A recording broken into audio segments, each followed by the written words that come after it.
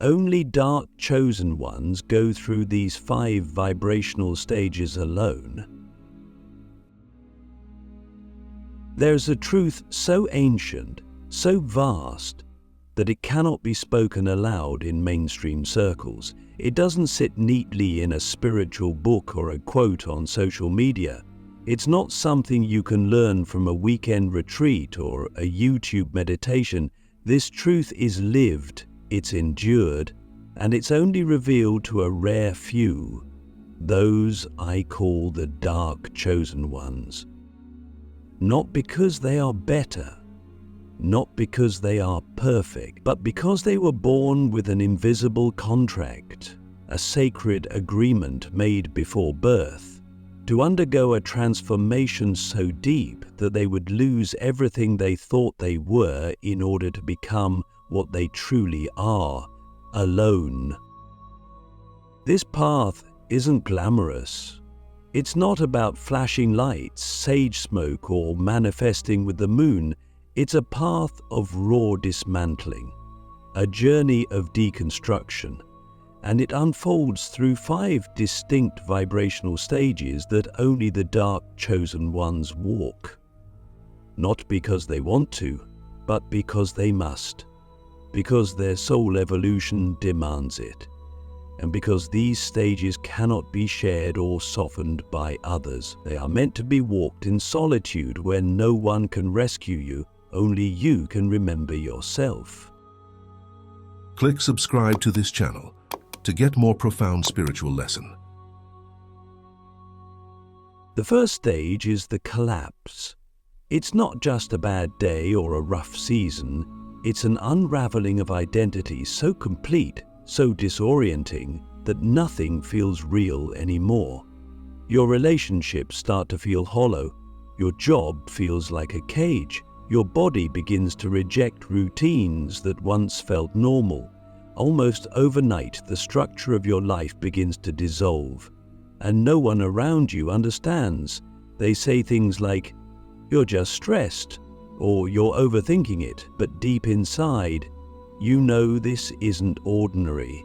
It's a soul-level earthquake. Something inside you is being destroyed, not out of cruelty, but out of necessity. This stage feels like death, and in many ways it is.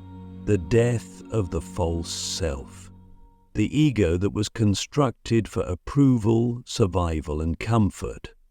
The mask you wore for years begins to disintegrate, and you find yourself face to face with a question that echoes louder than any other. Who am I if I'm not what they told me to be? Most people run from this stage. They sedate it with distractions, relationships, or denial. But the dark chosen ones don't run. We stay. We let the fire consume us, because something in us knows we're not being destroyed, we're being revealed. Then comes the second stage, the void. If the collapse is the fire, the void is the silence after the burn. At this point, you've let go of the old, but the new hasn't arrived. You're in between identities, in between timelines. It's terrifying, it's lonely, it's disorienting. You start to feel invisible, even to yourself. Old friends drift away. Family doesn't understand you. You might sit in your room for hours, staring at the wall, feeling like a ghost in your own life. And yet, this is where the real magic begins. Because in the void, you're not just waiting, you're rewiring. Your nervous system is recalibrating. Your energy field is clearing. Your soul is preparing you for a frequency you've never held before. And it can only happen in solitude. That's why the dark chosen ones go through it alone. Not out of punishment, but because we are being purified. We are being emptied so something greater can enter. And the truth is, no one can do this for you. No one can sit in the void and hold your hand through it, because if they did, they would interrupt the alchemy. The void teaches you something no teacher ever could: how to sit with yourself and not abandon your own presence. It shows you the difference between loneliness and solitude, between silence and stillness. It strips away the noise and makes you confront the raw truth of your being, and if you can withstand it, if you can stay soft in the silence, you begin to hear something else. Something ancient. Something that doesn't speak in words, but in knowing. And that knowing becomes your compass. Then you step into the third stage, the awakening of sight. This is when your spiritual vision starts to open, not because you tried, but because you surrendered. Your dreams become more vivid. You begin to see energy in people's faces, in their words. You walk into rooms and feel the unspoken tension. You touch objects and receive information. Your inner senses ignite, and suddenly the world becomes a map of vibration, not appearances. But this stage is also dangerous, because the temptation to get lost in the powers is strong. Many seekers stop here. They become obsessed with their intuition, their visions, their abilities, but the dark chosen ones know better. We don't chase power, we listen to it. We let it guide us, because we understand that sight is not the destination. It's a tool, a responsibility, a way to navigate the deeper layers of the path. Not a badge of honor. And here's where it gets harder, because once you see, you can't unsee. You can't pretend anymore. You can't lie to yourself or others. You become aware of every energetic transaction, every hidden motive, every misalignment. And this makes you even more alone, not because people are bad, but because you're now operating on a frequency they can't feel. You see through the masks, and that makes people uncomfortable. You become a mirror, and not everyone wants to be reflected. So you learn to walk quietly. You learn to speak less, feel more. You learn to protect your energy, not out of fear, but out of reverence. You realize your vibration is sacred, and not everyone has earned access to it. And that discernment becomes your shield. But I want to ask you something here. Can you hold your truth even when it isolates you? Can you trust your vision even when it costs you everything you once held dear? Because that's what makes the dark chosen ones different. We don't choose this path for glory, we choose it for truth. And sometimes truth costs everything. The first three stages, collapse, void, and awakening, already strip away the layers of illusion. But there are still two more. Deeper, rarer, stages that only a handful survive without losing themselves. Stages that turn you from a seeker into a force of nature. The question is, are you ready to go there? The fourth initiation, becoming the frequency that frightens the darkness. By the time you reach this point, you're no longer the same person who entered the collapse. Your mind is sharper, your heart heavier but more spacious, and your energy field is no longer porous, it's precise. You've been stripped down and reassembled in silence. You've walked through fire, sat in the void, and opened your inner sight. Now, you're standing at the edge of a transformation that few ever reach. The fourth vibrational stage. At this stage, this one changes everything. This is when you become the frequency that frightens the darkness. Not because you're trying to be dangerous, not because you're acting out from ego, but because you've become so aligned, so energetically cleaned, that anything false, parasitic, manipulative, or deceptive simply cannot stay in your field. Your very presence disturbs the unhealed.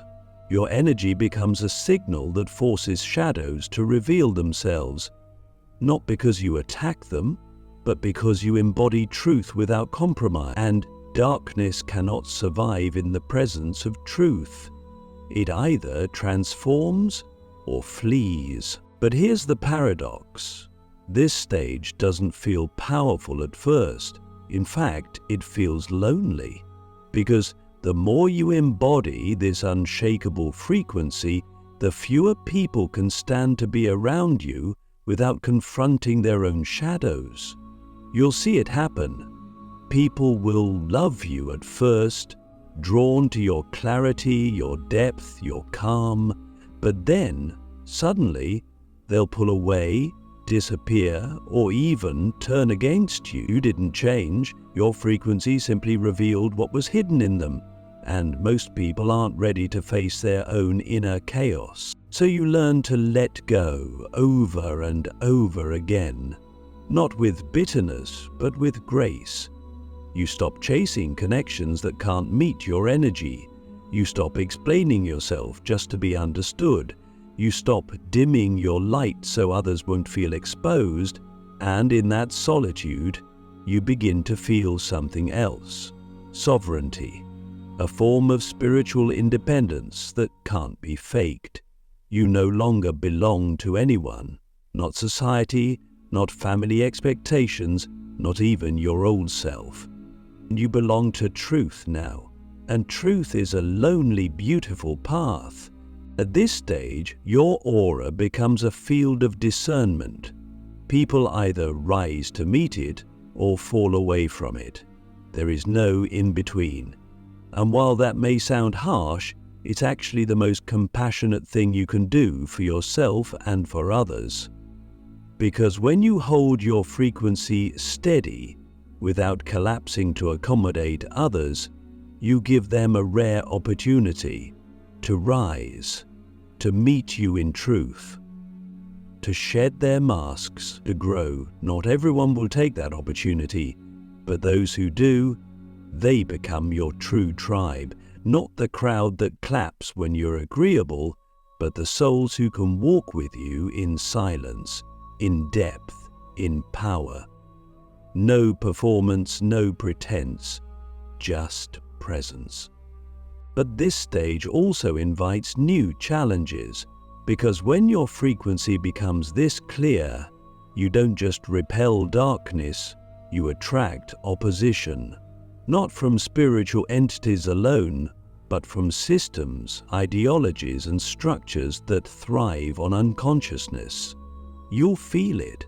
Subtle resistance, delays, glitches, people trying to confuse your message, misunderstand your motives, or project their fears onto you. And if you're not grounded, it can shake you.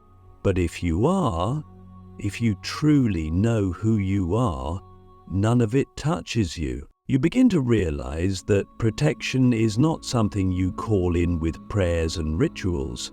True protection is your frequency. It's your uncompromising alignment with truth. When you are fully in your essence, raw, real, aligned, there is no opening for darkness to enter, no hook for manipulation, no weakness to exploit. You become a fortress, not because you're cold or armored, but because your clarity is sharp enough to cut through illusion without ever lifting your voice. And here's something almost no one talks about. At this level, your presence becomes your teaching.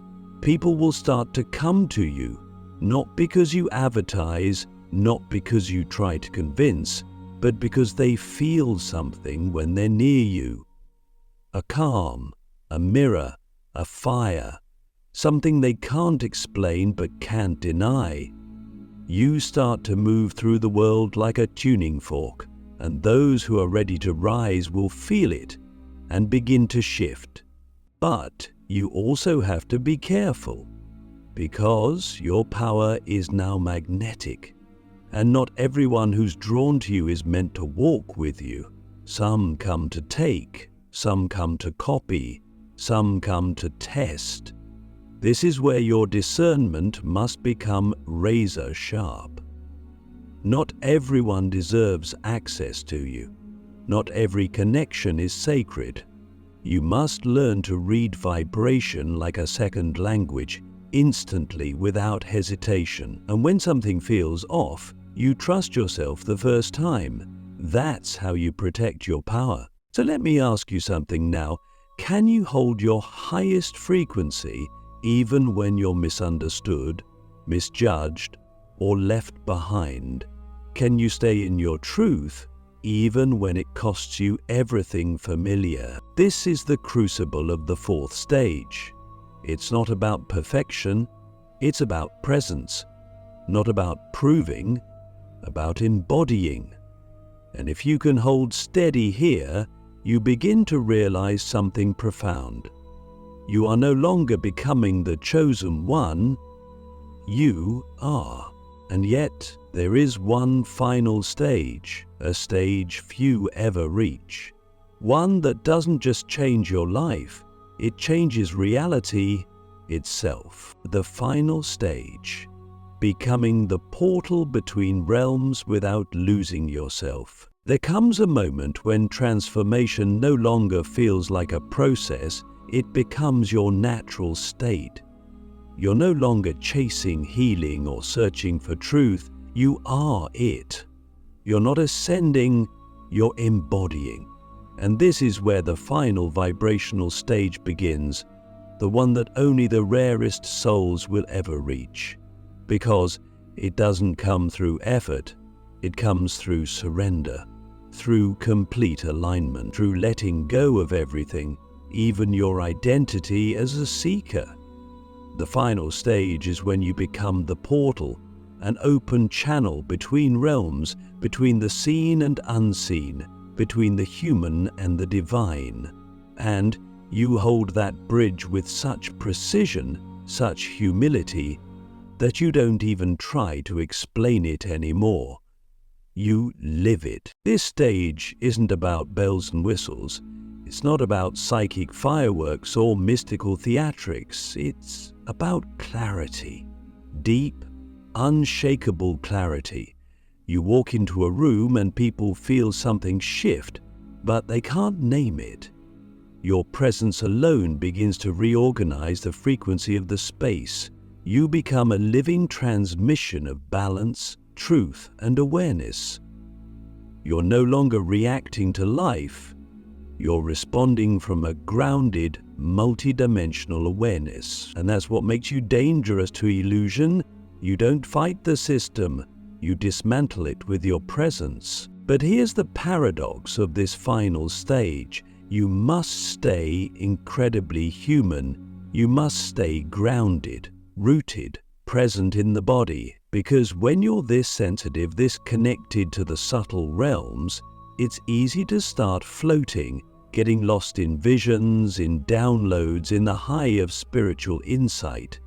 But the true masters, the true portals, are those who can walk between worlds while still paying their bills, washing their dishes, and looking people in the eyes. You're not here to escape the world. You're here to anchor a new one. Not by preaching, not by performing, but by becoming the silent frequency that reminds others of what they've forgotten. And you will be tested, not with chaos this time, but with power. You'll be offered influence, attention, opportunities to speak louder, go viral, stand on stages, and none of that is wrong. But the final test is this: can you hold the frequency without turning it into a product? Can you stay sacred in a world that wants to turn everything into content? Because when you become the portal, people will want what you have. They'll want to be near it, learn it, bottle it, sell it. But you must remember, this energy is not yours. It comes through you. You are the vessel, not the source. And if you begin to identify as the source, the connection weakens, the portal closes, because it was never about you, It was always about what flows through the surrendered self. At this stage, your guidance doesn't come from books or teachers. It comes from direct communion with the unseen. You begin receiving instructions, not in words, but in knowing. You'll wake up and suddenly feel called to go somewhere, speak something, create something that makes no logical sense, but you obey, not out of fear, but out of trust, because you've learned that the soul doesn't make sense to the mind, and the more you follow that intuitive thread, the more the miraculous becomes your normal. You'll begin to notice time behaving differently. Synchronicities become constant. You'll think of someone and they'll message you. You'll speak a truth and the world will echo it back within hours. You're not predicting the future, you're aligned with it. You exist outside of linear time now. You see how everything connects, and from that vantage point, you no longer need to control outcomes. You simply show up fully. You say what needs to be said, do what needs to be done, and then you let go. But even here, in this final elevation, there is a temptation, a seduction, to believe that you've made it, that you're finished. But the truth is, this stage isn't a finish line, it's a beginning. It's a return to the real work, the work of being a presence of transformation in a world that is still asleep. And that requires discipline, humility, care. You must protect your energy like a sacred flame. You must choose your battles wisely. You must let go of needing to be right, needing to be seen, needing to be understood. Because now, it's not about whether people believe you, it's about whether they feel you, and they will. Without knowing why, they will feel safer around you, more honest, more clear. Some will cry, some will confess, some will resist, but all will be changed. Because you've become a mirror, so pure, so still, that it reflects not just who they are, but who they could be, if they too surrendered to their highest frequency. That is the gift you offer. Not your knowledge, not your credentials, your presence. So let me ask you the final question. Can you become the portal without needing recognition? Can you walk invisibly powerful, knowing your impact is felt beyond form, beyond time, beyond applause? Because that is the final mark of the dark chosen ones. We didn't come here to be loved, we came here to be truth. To walk through fire not for drama, but for clarity. To become the frequency that clears rooms, cracks illusions, and opens new timelines. Alone, silently, relentless, and now you've reached the end of the path, or maybe the beginning. Either way, you know who you are.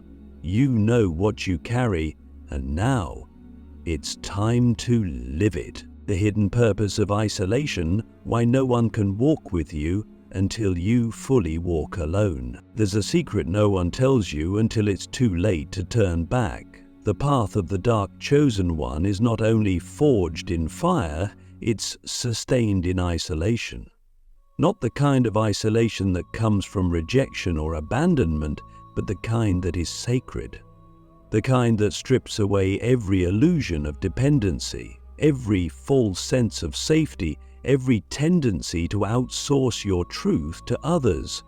It's the kind of isolation that feels brutal at first, like a punishment, but eventually, if you stay with it, you begin to see it for what it truly is: initiation. At this point in your journey, you've walked through collapse, void, awakening, mastery, and embodiment.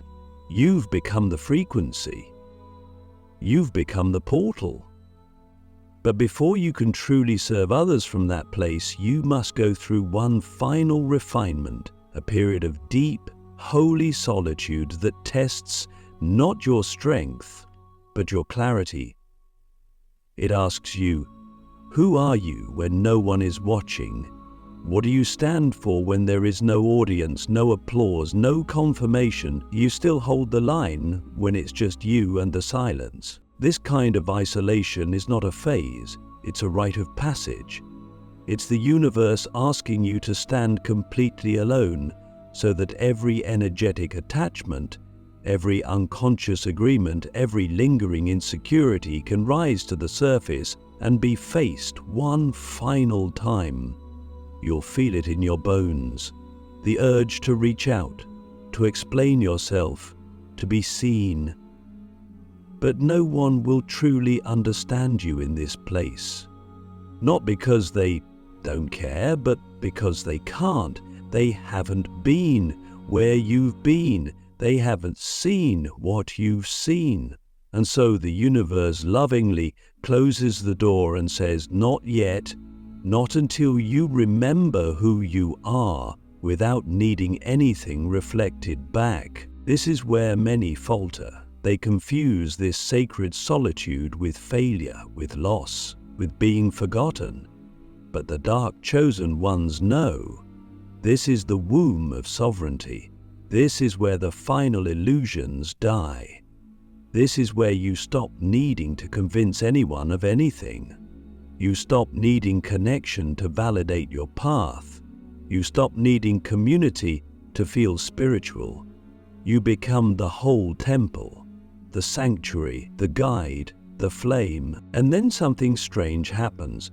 When you finally surrender to the isolation, not as a punishment but as a gift, you begin to feel something deeper than connection. You feel oneness, not the oneness of group consciousness or shared beliefs, the oneness of existence itself. You no longer feel separate from the wind, the stars, the soil beneath your feet. You realize you were never alone. You were just being unplugged from the illusion of separation so you could remember the truth of unity in a way no human relationship could ever offer. And from that stillness, people begin to appear. But not the ones who drain you, not the ones who need you to shrink. These are the ones who have also walked the fire, who have faced their own void, who don't need you to be anything but what you are.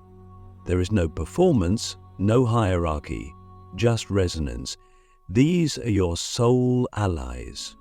But they could not find you until you became fully yourself, until you chose to walk alone, not as a victim, but as a master. That's the hidden purpose of isolation.